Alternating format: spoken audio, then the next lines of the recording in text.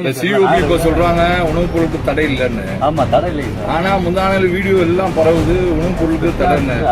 உங்களுக்கு எதுவும் உத்தரவுன்னு போட்டுருக்காங்க. இப்ப நாங்க கொண்டு போறோம், அதுக்கு தான் நீங்க நிறுத்துவீங்களா கொண்டு விடுவீங்களா? பிரியாணி கொண்டு போறாங்க, பிரியாணி சாப்பிட்றதுன்னா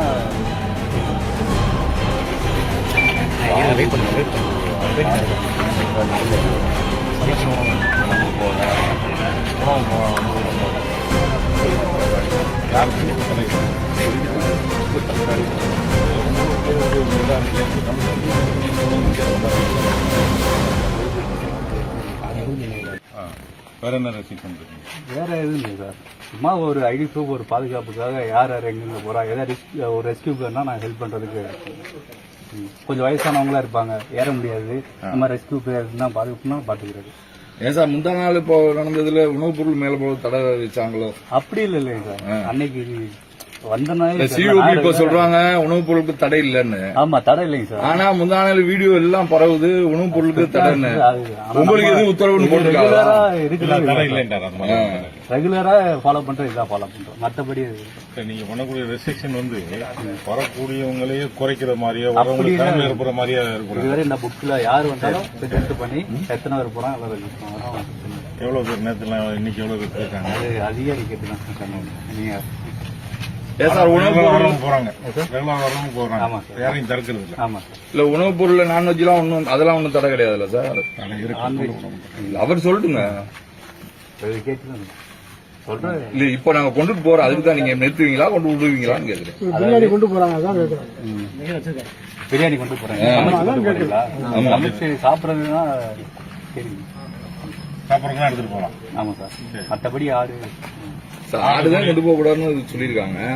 சாப்பாடு உணவுப் பொருள் எடுத்து நான் கொஞ்சம் இங்க வழிபட போறவங்கள ரெஸ்ட்ரிக்ஷன் இல்லாம இவ்வளவு காலமா எப்படி போயிட்டு வந்துட்டு இருந்தாங்களோ அது மாதிரி கமிஷன் தான் சொல்லியிருக்கோம்.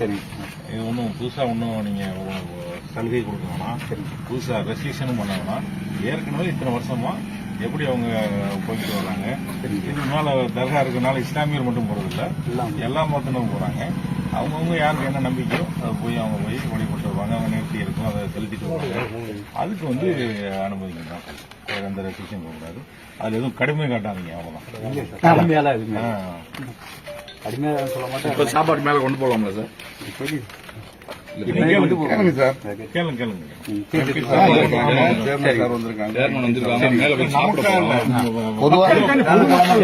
பொதுவா கூட கேளுங்க.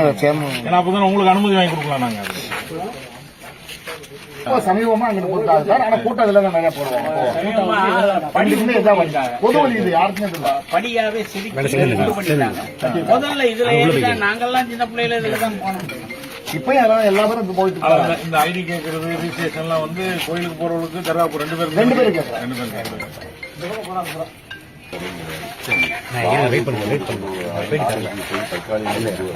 சமைச்ச உணவு எடுத்துட்டு போகலாம். யார் தடை பண்ணிருக்கா? தடை பண்ணிருக்கிறது கொடுத்துருக்காங்களா உங்களுக்கு? சொல்லியிருக்காங்க. சொன்னதை கேள்வி ஓரளவு சொல்லி போராட்டம் தண்ணி உங்களுக்கு எதுவும் உத்தரவு கிடையாது, ஆர்டர் கிடையாது. இல்லை அது வெறுப்பாக சொல்றது ஆக்கலாம். இப்போ கமிஷனர்கிட்ட கேட்டால் அவர் அந்த மாதிரி எதுவும் இல்லை, உணவு எடுத்துட்டு போகலாம், எதுவும் சாப்பிடலாம், ஆள் கூட எடுத்துட்டு போகிறது அதுக்கு சொல்லிடுவேன். நான் சொல்றேன்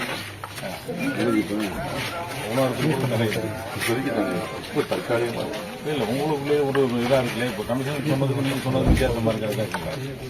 வெரிஃபை பண்ணுறேன். அவர் தானே உங்களுக்கு உத்தரவு கொடுத்துருப்பாங்க. அவங்க சொல்ல மாட்டாங்க. இதுக்கு நான் சிக்கல்ல மாட்டி விடுற மாதிரி சொல்லது முதல் பண்ணாங்க. போராட்டம் நடத்தினாங்க. அன்னையிலேருந்து இந்த மாதிரி அவர் பண்ணாதால தான் நடத்திருப்பாங்க. நான் சார் போகிறோம் தாராளம் மேலே போய் சார் கேட்குறேன். வரக்கூடியவங்களுக்கு என்ன மாதிரியான கட்டுப்பாடு? ஆமாம், இதெல்லாம் சொல்லி கட்டுப்பாடு. கோயில் உணவு உணவேவா இல்லை அசைவ உணவு? அசைவ உணவு மட்டும்தான். அசைவ உணவு மட்டும். அசைவ உணவு எடுத்துட்டு போகிறது. அசைவ உணவு மட்டும். மீதி உணவு எல்லாம் கொண்டு போகிறாங்க. மீதி எல்லாம் கொண்டு போகிறாங்க.